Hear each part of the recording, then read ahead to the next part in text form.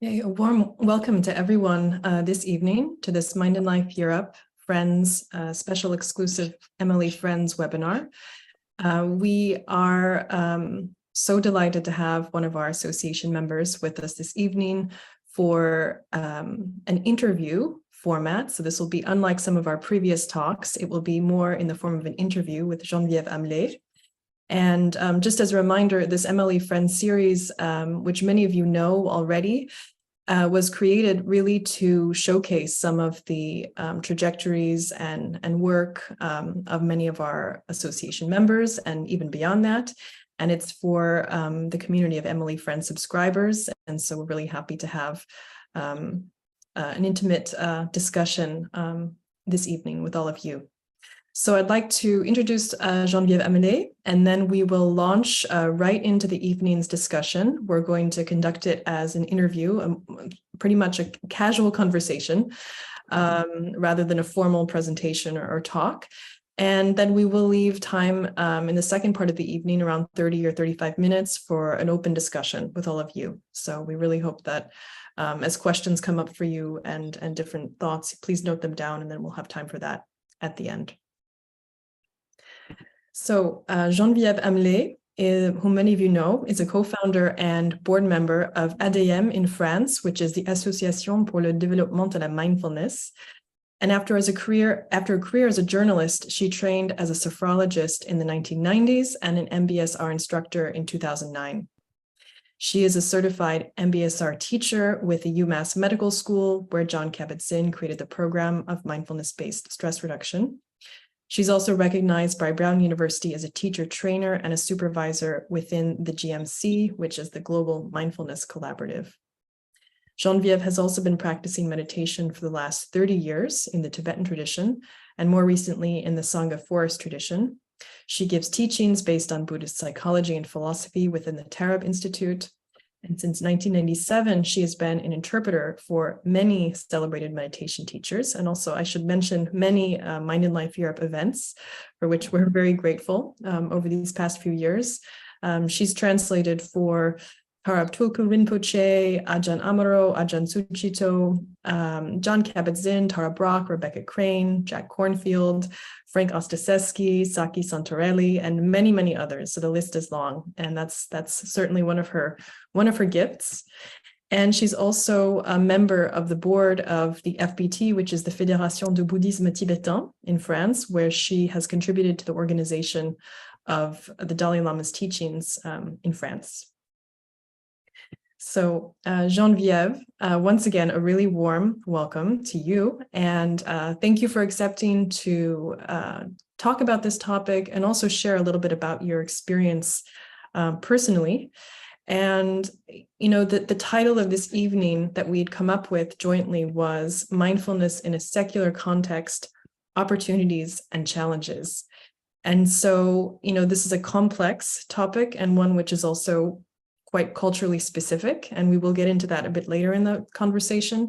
But we first just wanted to bring it back to sort of the basic building blocks of your own experience in this field of MBSR and mindfulness teaching and training.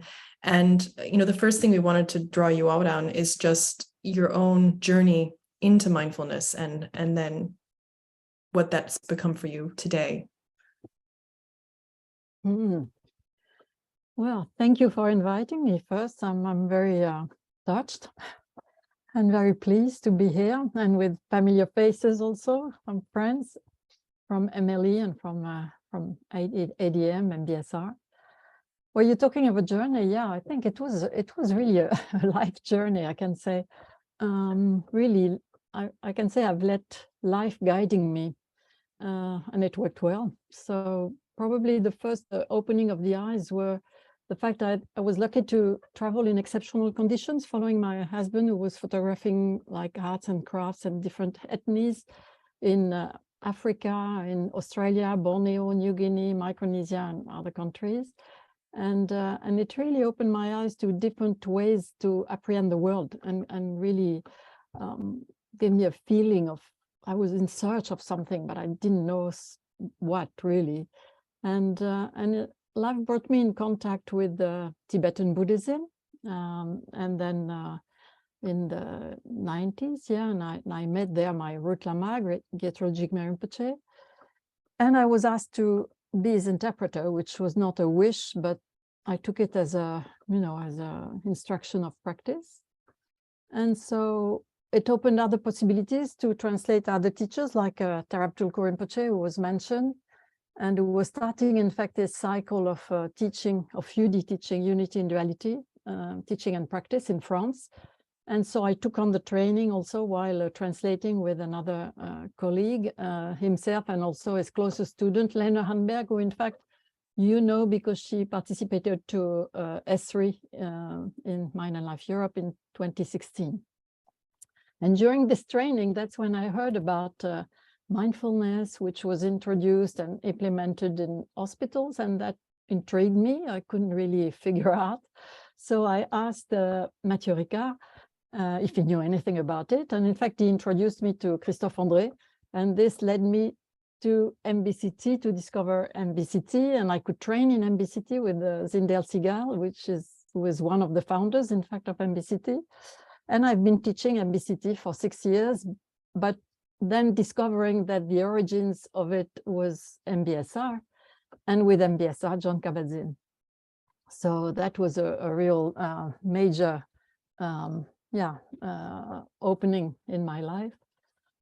And in the same period, which was really also a gift, a life gift, I was invited to translate Ajahn Sushito. And then I discovered the Thai Forest Sangha, through which I could really deepen my understanding and experience of mindfulness. And also, as it is presented specifically in the Mahasutta Patana Sutta, which is the 4 foundations of establishing mindfulness, and which I could recognize in the actual structure of MBSR. So that has been really helpful, because in the background of MBSR, I could really see the foundations, in fact, of it. So yes, it's been a journey, and I feel that that life has been guiding me through this journey, which is not finished, obviously, and open to any discovery. On a more personal note, we understand that this term mindfulness has become quite a phenomenon, and has a lot of meanings and applications all over the world nowadays. It has become a real movement. So coming back to the personal side of things, we would be really curious to hear what your definition or understanding or interpretation is about mindfulness. How would you define mindfulness?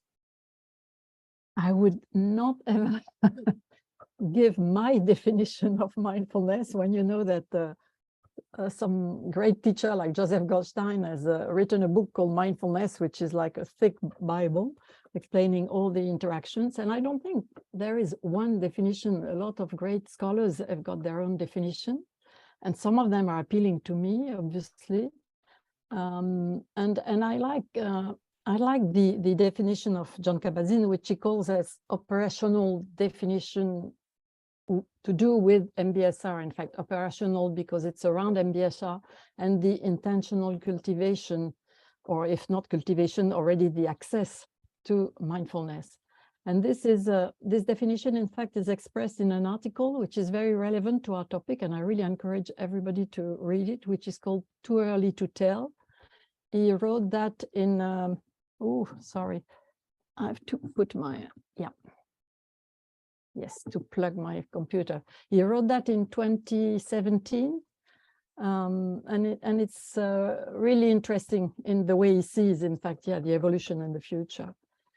And he says that his definition, in fact, is that mindfulness is the awareness that arises from paying attention on purpose in the present moment and not judgmentally.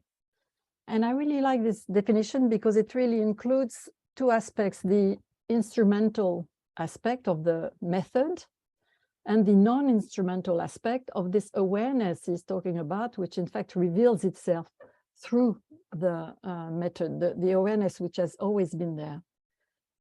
And Jon Kabat-Zinn very often says that when he talks of mindfulness, it's the same to him. Mindfulness and awareness are the same.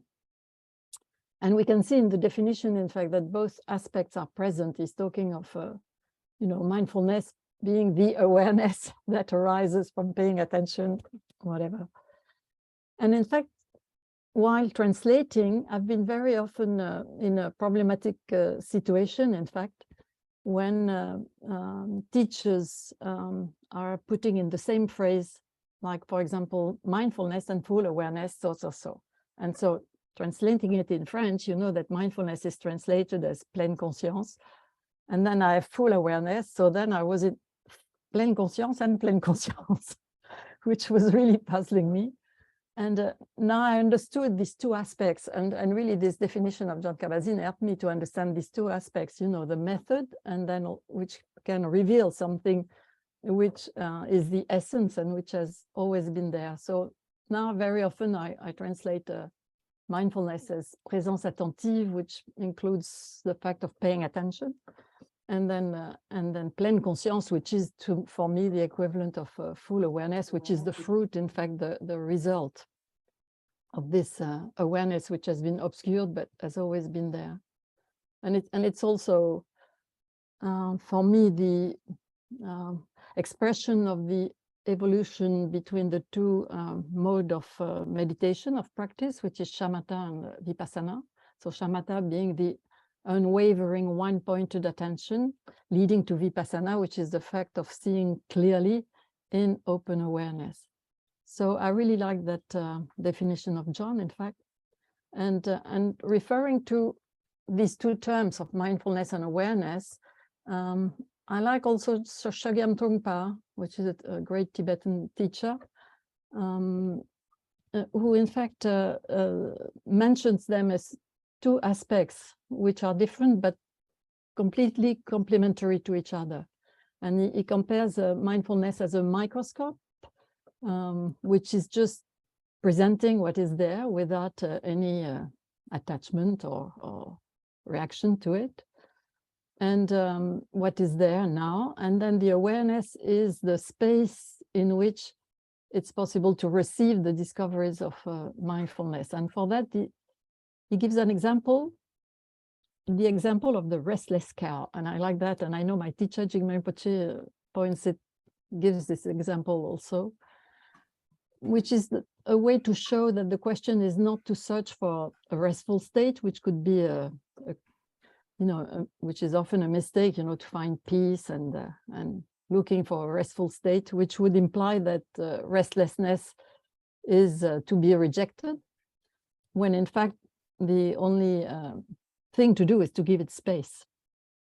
And so the idea is that the restless cow can be quicking and jumping for a while until it is given a huge meadow with so much space that after a while restlessness becomes completely irrelevant, and it just cools down and and eats grass.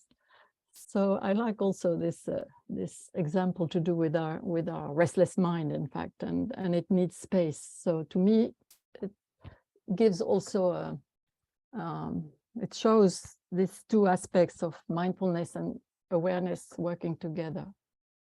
And then there's another definition which I like, which is the one of Christina Feldman, which is a great teacher also, and it brings the same dimension of instrumental and non-instrumental.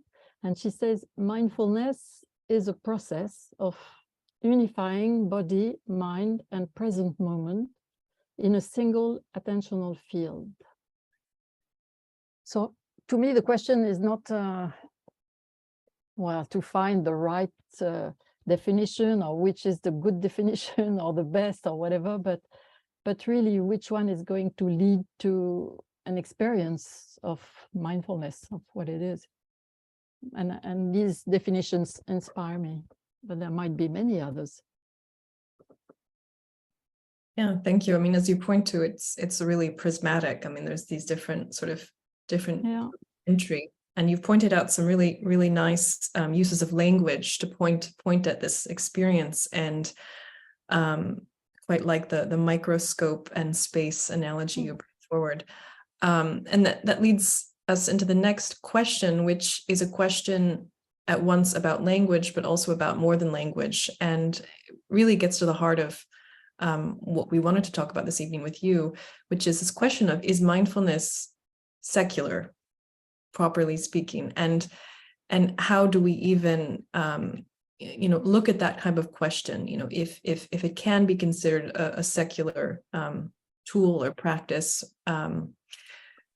what makes it so, and if not, what might lead one to think of it or conflate it with certain other methodologies which are specifically religious or specifically spiritual or specifically aligned with a particular ideology. And so we'll get more into this later in the conversation, but the words you point to just in these different definitions would seem to imply that it really is just an investigation, almost a scientific investigation of the mind, which would leave it rather neutral. But there's certainly a debate around that. So I guess the question now is really, is in your mind and in sort of what the field that you've been working in, is it secular? And if so, how do you understand that? Yes, it's a great question. And in fact, I mean, to me, it's been secular from the start, really. As you said, it's a mode of investigation. And really, it refers also to what's called the science of mind and phenomena, which is an inner science, where the meditator, in fact, is the tool and the object of investigation, and where mind and phenomena are really interrelated rather than separated, as in our ordinary perception of mind and phenomena. In fact, it's fascinating to see that now there is a meeting point with outer science, which is using outer tools to investigate outer phenomena, and inner science, where one is the tool and the object of investigation. So that's what's interesting. And they come to a meeting point, and really thanks to the work of Francesco Varela and all the team of Mind and Life, which is crucial to make this meeting possible between Western scientists and contemplatives. And we can really see that there is a dimension which is secular. And I think it was from the start, really, in my understanding anyway, when the Buddha taught the 4 foundations to establish mindfulness, so Mahasatipatthana Sutta, it's really an invitation to explore different domains of reality, leading to the realization of universal laws, which have always been there, of course, but which the Buddha made explicit. And it's really an invitation to investigate, as you said, the nature of reality. So even within that tradition, it is part of what we call the Buddhist psychology and philosophy, which has been taught for thousands of years before the coming of Western psychology. And it's really an entrance into these universal laws of existence, which are still valid in the modern time and whatever culture we're in. So in that sense, I can see how much it goes through the centuries and it's still relevant. And because it's really relevant to the fact of being a human being on this planet, which is well beyond all the religious aspects, which also can be present in Buddhism. But there's this other aspect which to me is well beyond, and also then from there we have to understand what we call mindfulness, if we're talking of mindfulness in the tradition, or if we're talking of mindfulness-based programs, MBPs, or mindfulness-based intervention, which by nature are secular because they also rely on science and tools and approaches, clinical approaches, which come from the West, just to really get to an understanding of oneself and the mind and reality. So in that sense, yeah, it is secular. And I think that's what Jon Kabat-Zinn points very often when he says he's really referring to Dharma, which is this term which is used for the Buddha's teachings, sacred teachings, but it's also literally means phenomena. And so he's always referring to Dharma with a small d and Dharma with a capital D, which refers to Buddha Dharma, in fact, the teachings of the Buddha, but which are revealing, in fact, that nature of things, nature of phenomena, which are implicitly have always been there. So this dharma, this science of mind and phenomena, is in the background, and to me that is secular in the fact that it's really concerning any human being, whatever. And we can see actually that the people who came first to follow Jon Kabat-Zinn, they came in a hospital. They didn't come to search for some religious or spiritual teachings. They were coming to relieve their suffering, and that was his aim, really, and it was working in that context. So it shows something to me. We asked this question about the secular character or nature of mindfulness primarily because we know that your work is centered in the country of France, and we know that secular character or not, or religions, spirituality, are somewhat more complex in France as a state. And we would be also really interested in hearing more about the situation in France, especially that over the last few years we learned about criticism of mindfulness published by main channels, even newspapers and TV channels criticizing mindfulness as not secular.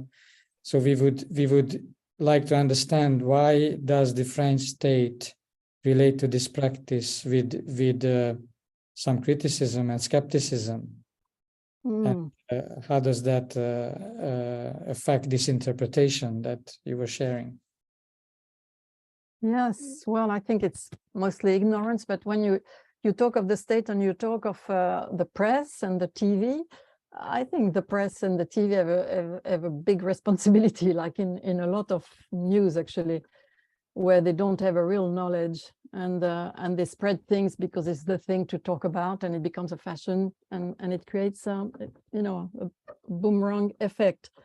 Also, there's the fact that perhaps there's a Cartesian nature in the French school of thoughts, so maybe we're influenced by that. Also, the fact that we had a revolution at some stage compared to other countries in Europe, and so we find our values in secularism. Like there's this thought, this phrase which is often said, that the school is lay and republican. So the fact that mindfulness, if we're genuine to the origins of mindfulness, again, it's coming from Buddhism, from this aspect of Buddhism, which is more to do with Buddhist psychology and philosophy. But then it is seen, Buddhism is seen in its religious aspects out of ignorance, and then it's creating a fear of a form of disguised proselytism, sorry. By teaching it in our countries. So I think it's just not knowing that within Buddhism there are these other dimensions, and an approach which is holistic of the Buddhist philosophy, which is not segmented like in the West, because it includes, when they talk of philosophy, it includes medicine, arts like sculpture, logics, astronomy, metaphysics, and it was taught in Nalanda University between the 5th and 7th century in India, where there was the greatest scholars of the time, and up to, I think, 10,000 students or something. It was huge. So all that part is not really known of, especially by the press, the general press, but also.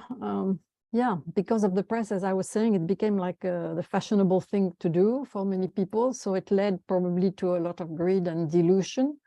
In fact, it's funny because we often talk of greed and delusion, and it's greed and delusion. And so it's understandable that the state is vigilant, of course, sometimes too extreme, maybe. And also there's a specific configuration in France, I would say, which is that with the existence of the Mivilude, which is a state organism which has been created in 2002, which has the mission of vigilance and to fight sectarian drifts. So, which is good in itself, but then it puts automatically a kind of skepticism on anything like this approach, which could be quickly assimilated to something religious or, you know, doing proselytism or even sectarian, God knows. But I think there is a double challenge, actually, because we're squeezed between the skepticism of the state, of the French administration, and which goes with it, everything that we just said, but also the practitioners in the tradition who see all these MBPs, MBSR and others as being decontextualized from the original teachings and losing their depth. So in that context, Jon Kabat-Zinn talks very often of recontextualization rather than decontextualization without losing the essence. And he always insists on the fact that whatever program it is, it's the M which is important. And so he always invites anyone who wants to teach one day MBSR to dive into the traditional practice and to do retreats to make sure that the teaching is embodied in experience rather than be a technique. So of course that also is bringing some fear, because suddenly, you know, going to retreats, well, it's again an investigation of our mind and the way we create our reality, but it could be seen as some religious activity by many people. So I can understand that it's a difficult. We're really into form and essence, and it could be difficult for somebody who, you know, or the authorities who don't have necessarily the understanding of the frame within which it is set, that it could create some fear. It's understandable. Yeah, and thank you for that, and thanks for really bringing out the counterpoint, which is that the secularization of it could also be criticized from the opposite spectrum, and that, as you say, it decontextualizes the traditional, precisely religious aspects of it.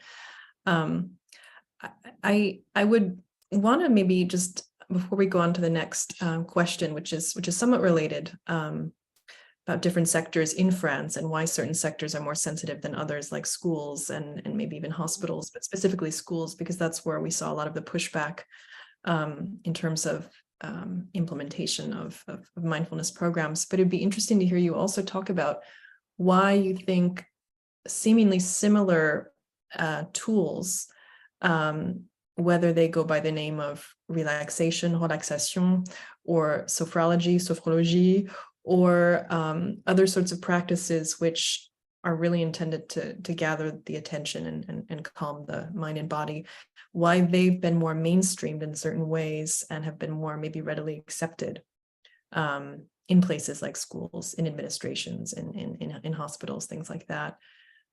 Whereas mindfulness still has this sort of specificity to it.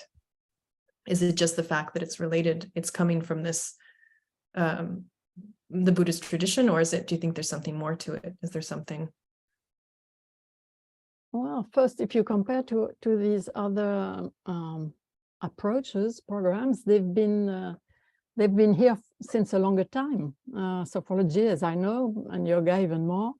So they had more time, but I know there was the same difficulty to get it mainstream.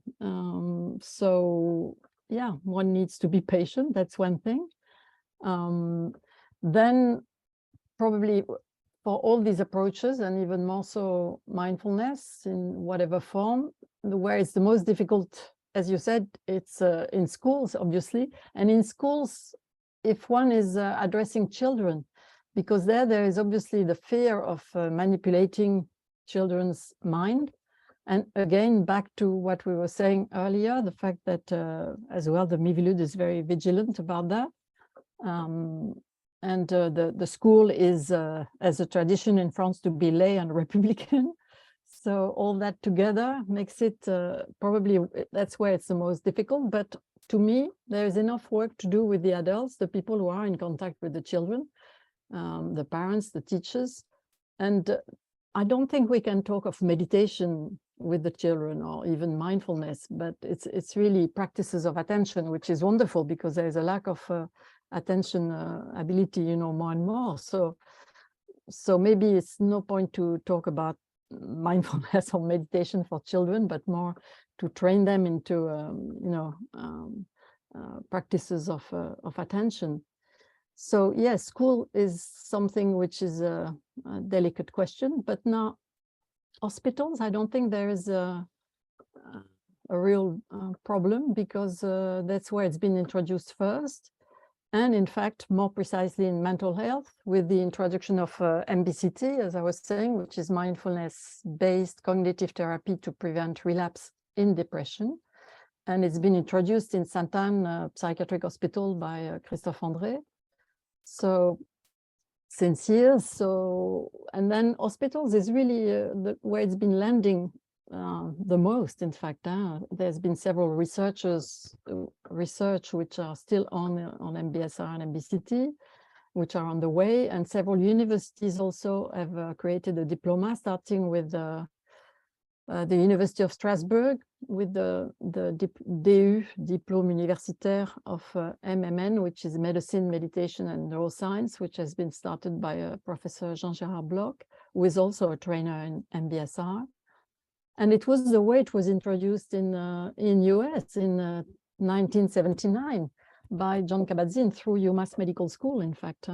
So hospitals has been really the entrance point, and very often actually Jon Kabat-Zinn says also that it's kind of obvious, because these approaches of mindfulness and MBSR are there to relieve suffering, and in fact he calls hospitals as dukkha, which has been, you know, the original word for stress or suffering.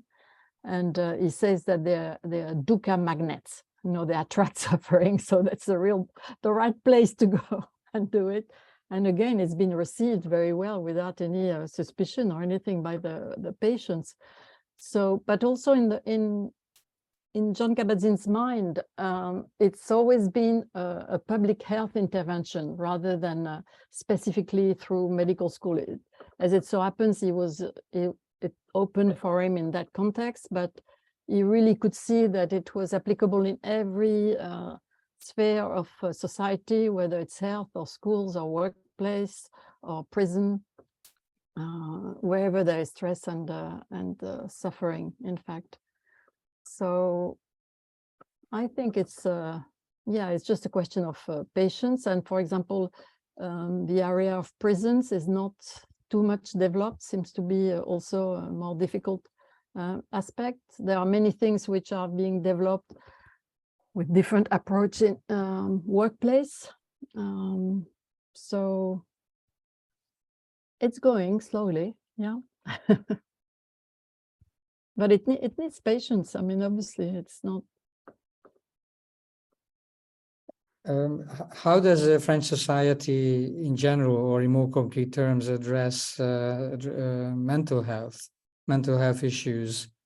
And don't you see an over-medicalized approach these days dealing with mental health problems, issues? And isn't that approach somehow related to also how mindfulness is perceived? I don't have a judgment on that. I mean, yeah, it is said a lot that we are the country using the most antidepressants. Okay, so that we know that. But also there's a more and more collaboration, as I was saying. In fact, the first place where it was introduced was in a psychiatric hospital in Sainte-Anne. So there is a will also from the medical you know, clinicians and whatever to be open to this approach, and they're complementary. So yeah, probably there is something to do with the way we treat mental health, but I don't see a real resistance there. And also you can see that MBCT now is trained mostly, you know, psychiatrists, psychologists.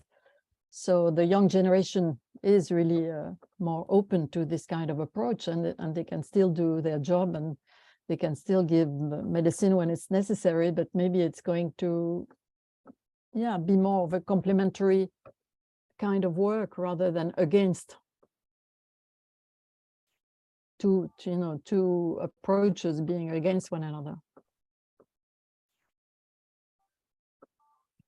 And maybe just to sort of bring things into a more general perspective now, sort of near the end, we're just wondering really, what do you see? I do hear you saying that there's maybe not as much resistance as there was, and as people might think if they were just to follow the media coverage of it, and there is more of a synergy between the medical professionals and mindfulness-based practice instructors. But I'm wondering, what do you see sort of moving forward? What kind of landscape do you see? I mean, is this something which would find a firmer foothold in French society and maybe in similar such secular societies? Or do you think that it would have to still further adapt itself in certain settings to really take a firm foothold? Or do you think that this is a phase, a sort of fad that will at some point sort of phase out and be replaced by another set of tools? Or how do you see it at this point moving forward? Well, that I can't say if it's just a kind of fad and it will go. I don't know. I hope not. I don't think so, because I think there's something really deep in it. But I think it means it requires also to be ethical from the people who practice it. And there's one important point also, again, is to make the difference between what we call generally mindfulness or mindfulness teacher and what is a MBP instructor. Because teaching mindfulness to me requires to be qualified within the traditional setting of Buddhist psychology or philosophy, and that's a much longer training. And I pay homage really to Jon Kabat-Zinn again to have called this program MBSR. And the B makes the difference. He never said he was training mindfulness teachers. He was training people, in mindfulness-based stress reduction. And then all these programs, the MBCT, MBCP, MBRP, there's always this B which makes a difference. And I think that is very important for the future, not to pretend to deliver something, something else than what we're trained at, unless we're authorized, of course, in some setting. And it's, it's these programs, they also organize into a protocol. So which means that this protocol, they can be studied into scientific research, and to be studied, they need to be replicable. So it's very important that everybody keeps the same format. Then we know where we stand, and then it's like a protection in itself, in a way. So we'll see how it goes, but there is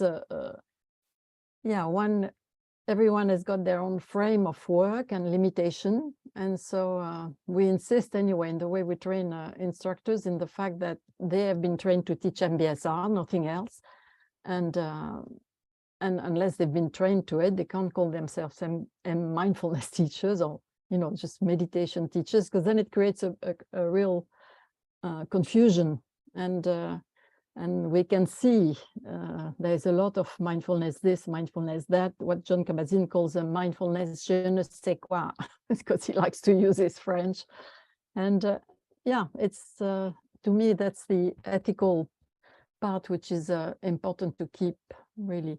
But it's moving like talking of the future. I mean, quietly but surely since 2018 with my friend and colleague Georges Bloch, we have been training, so in the context of EMF, which is an association which follows the Mindfulness Initiative UK, which is really well in advance, because they already implement, it's already covered by NHS, the social security there in UK.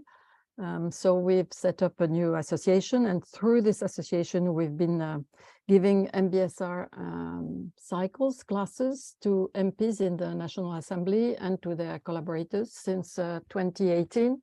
And now it must be, until now, about 80 participants, people who have been participating to one of these programs.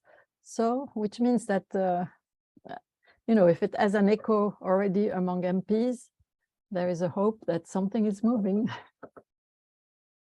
Thank you, Geneviève. This may be the right moment to also open up this space for for other questions besides this little interview format that we had in the first half of this gathering.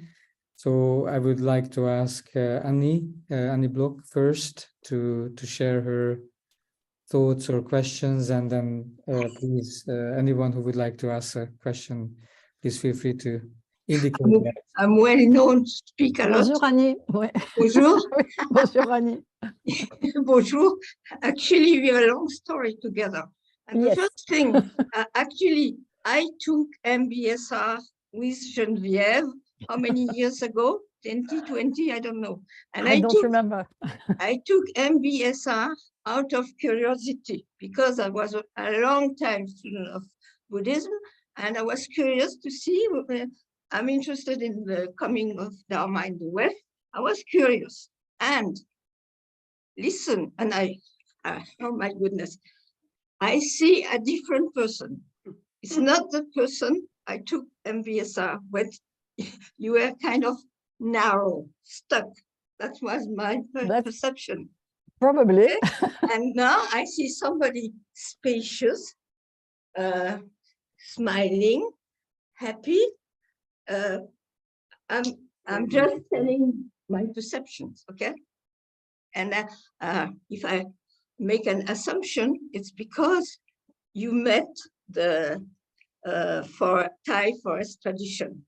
And this is the genuine source of Theravada. This is a real thing.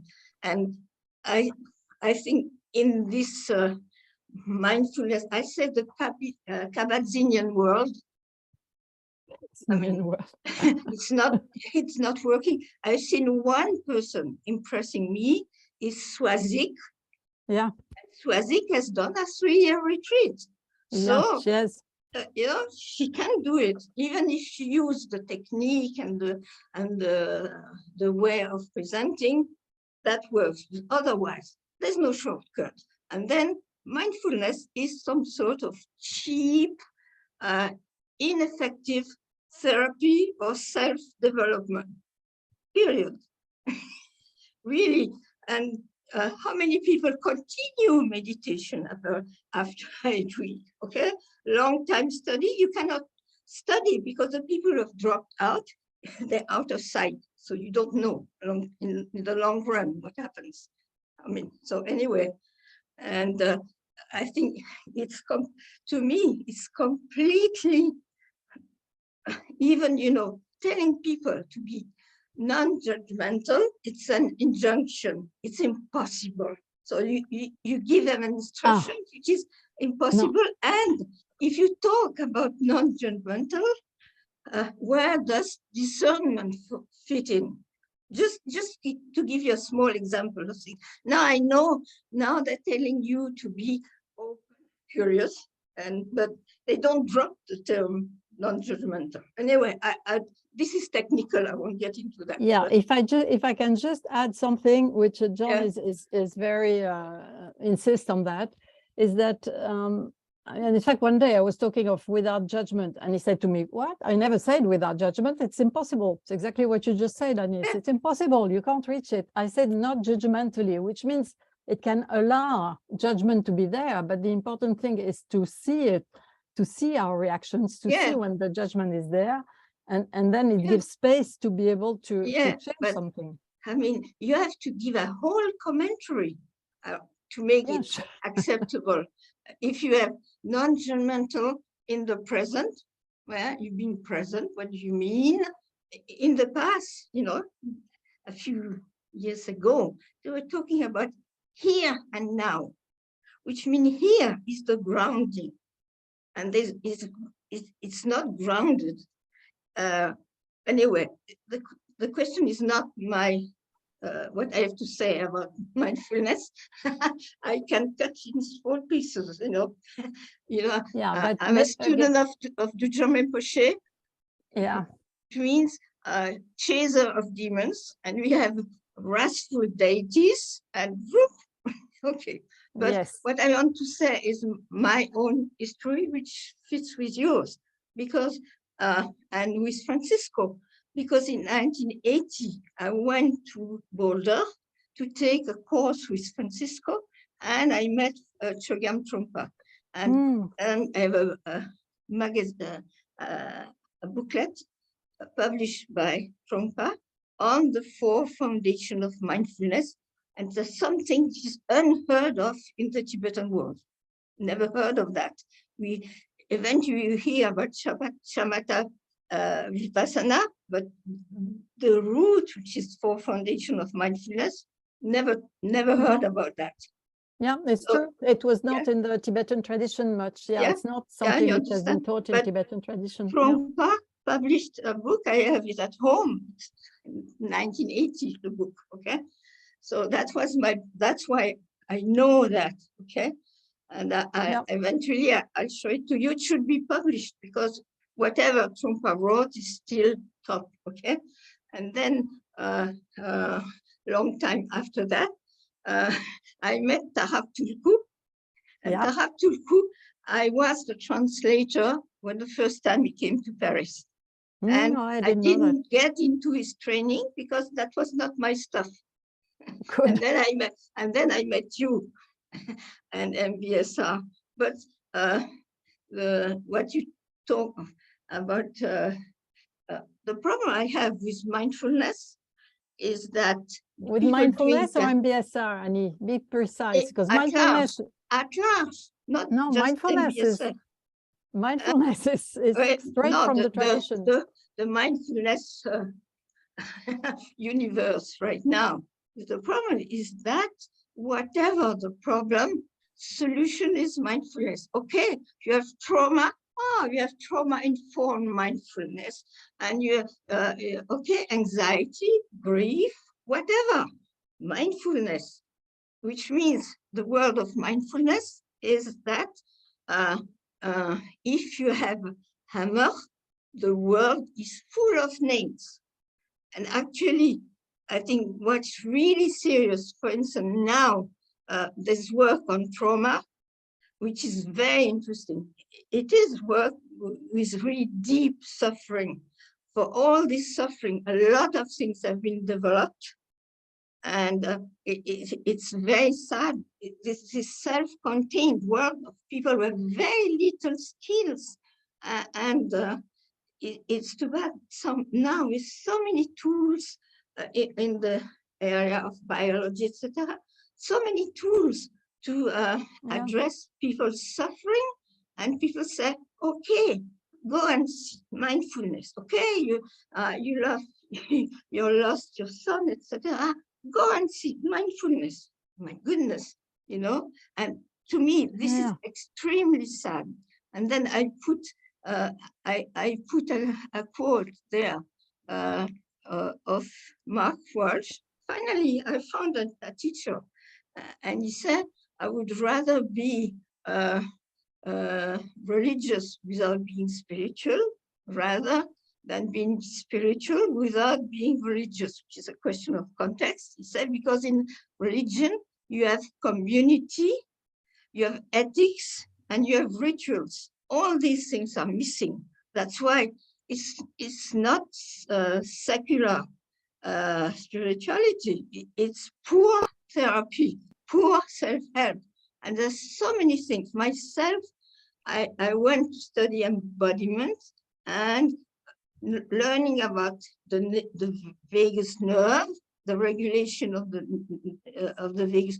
This is the Dharma, modern Dharma, you see. And too bad that these things are not taught in Buddhist center, and it's kind of a self-contained world. Okay. I've said all I want. Yes. Maybe we leave some space to I'm finished. other people. I'm finished. And we'll get in touch again. Yes, I'm sure, Annie. I've seen you several times on this screen, actually. No, outside. I mean. Outside, yes. Why not? Yes. Okay. And Leslie, I think you had your hand up earlier. Hi, Geneviève. Thank you very much. Thank you. I loved listening to Mindfulness is a Whole World, and I also loved listening to your journey as well. But I wanted to speak very briefly. I had to step away, and when I came back, the question was mental health and mindfulness. And I just wanted to say, I was trained, I'm a psychoanalyst and a psychologist trained in France. And so I think we have to be very careful. I heard the word therapy, mindfulness and therapy together. And I think we have to be very careful knowing diagnosis before being able to evaluate whether mindfulness is the right path for somebody who's suffering mentally. And I'm sure you all agree with that also. But it is a question, it's an important question. It's the reason as a psychoanalyst, you don't always accept somebody who comes to see you in psychoanalysis. Maybe a different kind of therapy is what they need. Mindfulness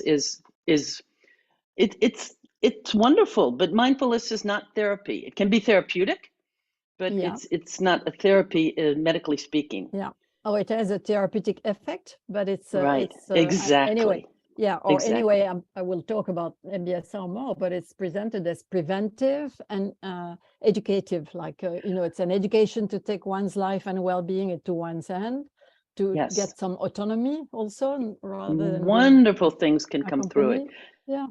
And I also loved your I've never loved the transition of pleine conscience for mindfulness, and I love what you offered is that distinction between the different ways of seeing it. And what did you use instead of pleine conscience? Présence attentive. So as voilà, présence attentive. Full awareness becomes the fruit. Yeah, the actual pleine conscience. I loved that. And that's why they go together. It's like two coins of the same. Yeah, two faces of the same coin. In fact. Wonderful, wonderful. So thank you very much, Geneviève. Thank you, Leslie.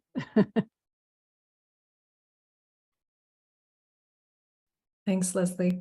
I know, Bruce, you put a comment in the chat. I don't know if you wanted to open your mic and make a comment. Maybe a brief comment.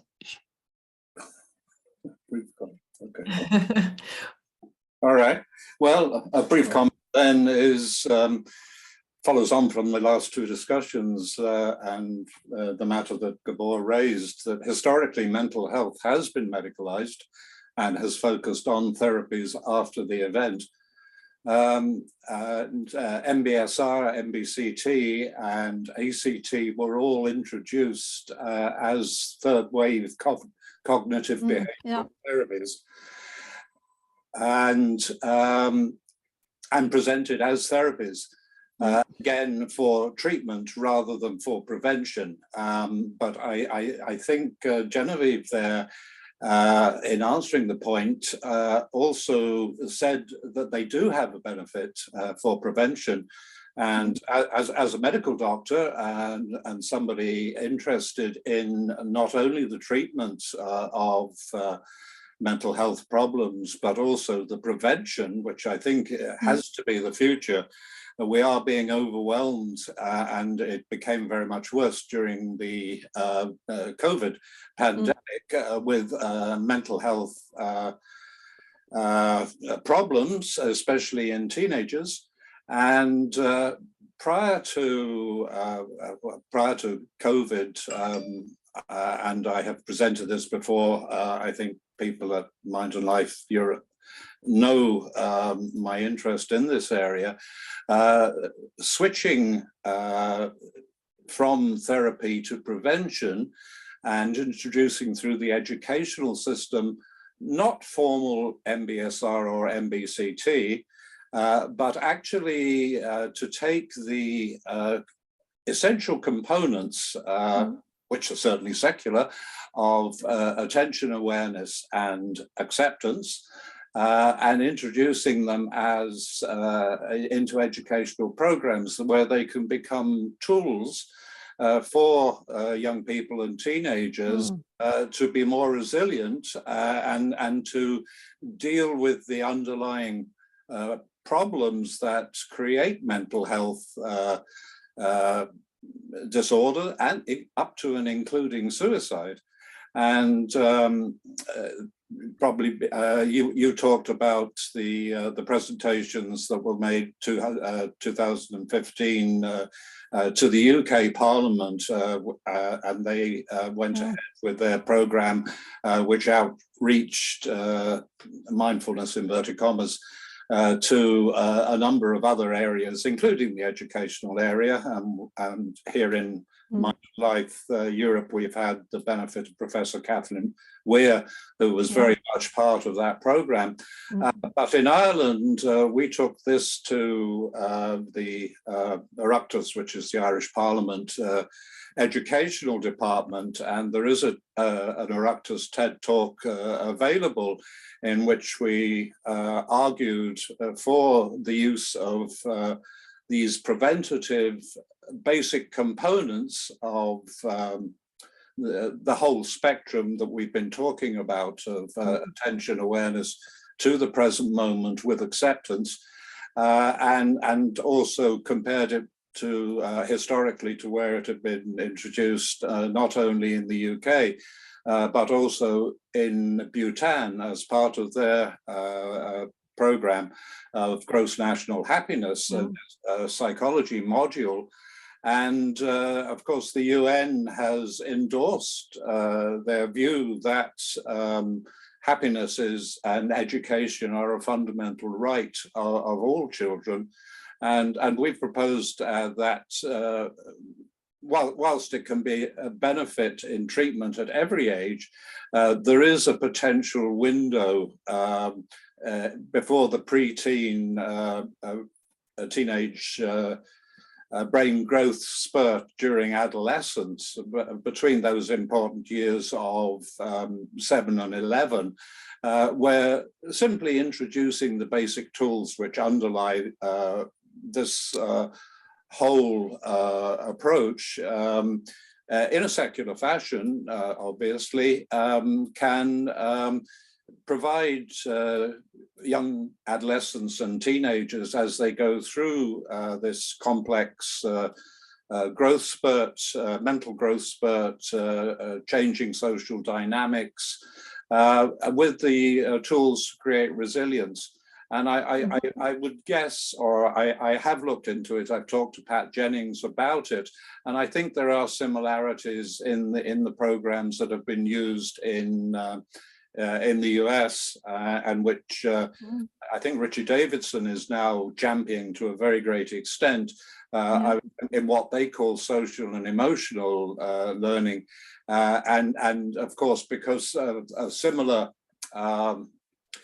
shall we say, similar zeitgeist in America towards secular versus any sort of religious interference, the social and emotional learning program is not rejected because it doesn't use the words mindfulness, or action, but it does use attention, awareness, and acceptance. So I think, I mean, obviously we know that there are benefits, and the benefits have reached a wider audience because of MBSR, MBCT, but we do, if we want to get the benefits out of it, we need to actually look at the basic components and see where they could be best used, as you said in your last comment, preventatively. And whilst I have, because we were talking about education and because that's where my interest has been, of course it's apparent in society generally that this is being used to create better health for adults as well.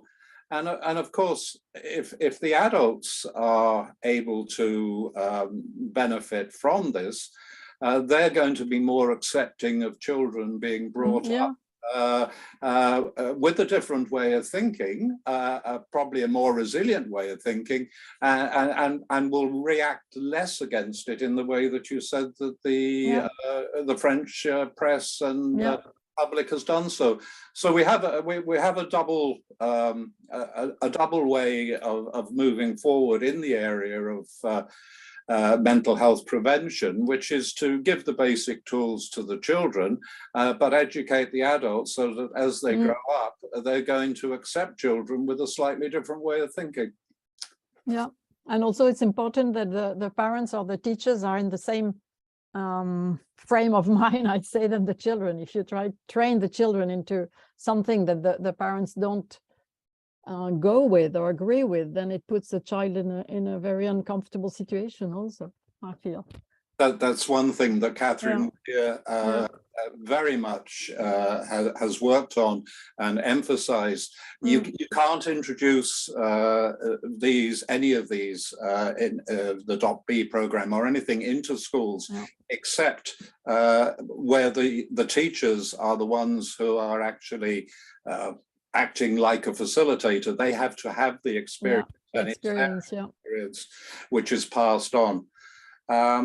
Anyway, sorry, that wasn't and also just to say that in case of MBCT, which in fact, as you said, is called therapy, cognitive therapy, but the second line says to prevent relapse in depression. So it's not something which is used when you're into an episode of depression. It's in between, and it's to prevent relapse. So there also it's preventive. Also, that actually, when they actually studied the program, it was only allowed to be, certainly in the UK, was only allowed to be introduced by professionals who had a psychology qualification and was as a treatment. They did study the outcomes. Relapse depression was the only outcome for which it was shown to be beneficial, but they did study it for a number of other outcomes. But that was the one therapy, one area of therapy where it was beneficial, but it wasn't being introduced as preventative. They just looked to see which areas which areas MBCT was effective in. And the only one was in reducing. So it wasn't really preventing. It reduced the incidence of relapse. And of course, Richard Davidson has written a criticism which came up in one of our previous talks in 2015 about MBCT in that respect, but it's not something to go into today. It's along the same lines that I was also making criticism. I mean, I've been trained in MBCT, MBSR, and of course Tibetan and Buddhist mindfulness techniques. So I see it from a much broad, well, as do you, from a broader area. Anyway, thank you again for your presentation. Thank you, Bruce. For your clarifications. Thank you, Bruce, indeed. And this shows both your comment, Bruce, and Annie's, that the work that Jon referred to with the term recontextualization is still something that we need to do and need to do more. And that might lead us to understand our own individual contexts. So the context in France, the context in the UK, the context in Italy, the context in Hungary, in all these countries, the contexts, the historical, cultural contexts might be somewhat different, in which mindfulness is brought in. And we have a lot of, I think we have a lot of tradition and wisdom and even ethical know-how to tap into and to bring up in the process of implementing, applying, and recontextualizing mindfulness. So that would be my next question, and probably we are tending towards the end of this meeting. What do you think, Geneviève? How the other two very important elements of the Buddhist approach, meaning wisdom, prajna, and ethics, shila or sila, could be woven together with concentration, with meditation, with mindfulness in our approaches or efforts to recontextualize mindfulness in our context. Do you see that might also be a way forward, that we widen the horizon and we bring wisdom elements, we bring ethical elements, and understand them in our own culture contexts, so that this term mindfulness can be more understood and accepted in the wider society? Or what's your view on this? Yeah, it's a perspective which is quite, and yeah, I would be enthusiastic about it, but I think it's already what Jon has done, in fact. And it's funny because I was saying earlier that we're a little bit squeezed between the skepticism of the administration and also of the traditional practitioners. And that's one thing also that people reproach to him, saying that the program is devoid of ethics and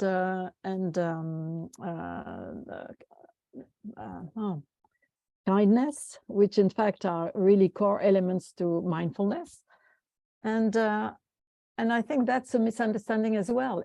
I think the great power of MBSR is that it's not explained, it's not taught with an explanation, but it's really implicit in the way the pedagogical setup of the program has been done.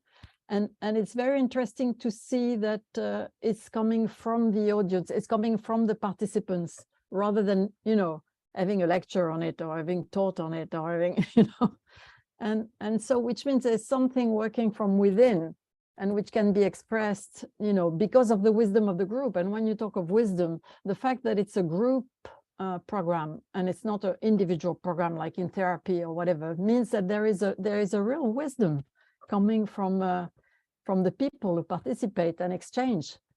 And it's of course there would be more to more specific, and that's a question that we all have of complementary little programs which could insist on different aspects. And it could be wisdom, ethic, kindness, communication also. And there's the IMP program which does that also, and which is very of Gregory Kramer. It's issued from Inside Dialogue of Gregory Kramer, and it became IMP, which is based on MBSR and ID, and which also brings this aspect of mindfulness in communication, in relational, interpersonal mindfulness, and that's where these questions of ethic and wisdom are really important, when we're in relation. And so there are many ways, that we could insist from what is already there and develop, and I think it's on the way, obviously. Thank you so much. That's we can, great to hear. I really like this term, interpersonal mindfulness. Yeah, and it's a great program too. Yeah. Thanks so much, Johanna. I may hand over the final words to you, and we can also share what is upcoming next. Sure. Well, thank you. Thanks, Gabor. And thank you so much, Geneviève, for thank you, Johanna, sharing this, both from your personal experience, but also thinking about this more widely in terms of society. So I'm sure we'll continue the conversation. There's been a lot of threads pulled out of this tonight.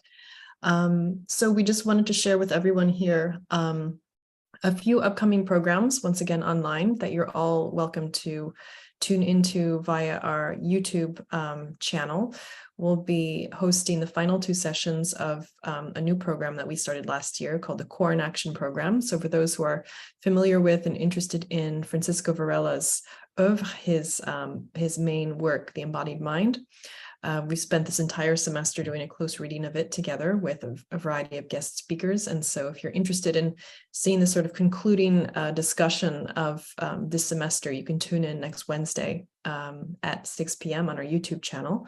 And then we'll have a bonus discussion with Evan Thompson, whom many of you know, on the 31st of May at the same time. That's also Wednesday at 6 p.m. And then we're also partnering with Upaya Zen Center in New Mexico in the United States for this year's edition of the Varela International Symposium. So once again, this is a very Varela heavy month we have ahead of us. And so if anyone's interested in registering for that, it is a hybrid event. So for those of us based in Europe, you can tune into the event via Zoom. So feel free to have a look at their website for that. And thank you once again, Geneviève, not just for this evening, but also for all of the interpretation you've also done for us these last few years for programs such as the Varela International Symposium. That was a challenge, actually. Thanks a lot. Thanks, Geneviève, and thank you, Joanna, and thank you all for joining us, participating tonight. Thank you very much. Thank you. Have a good evening. Merci beaucoup. Bonne soirée. Bonne soirée, Véronique. Merci.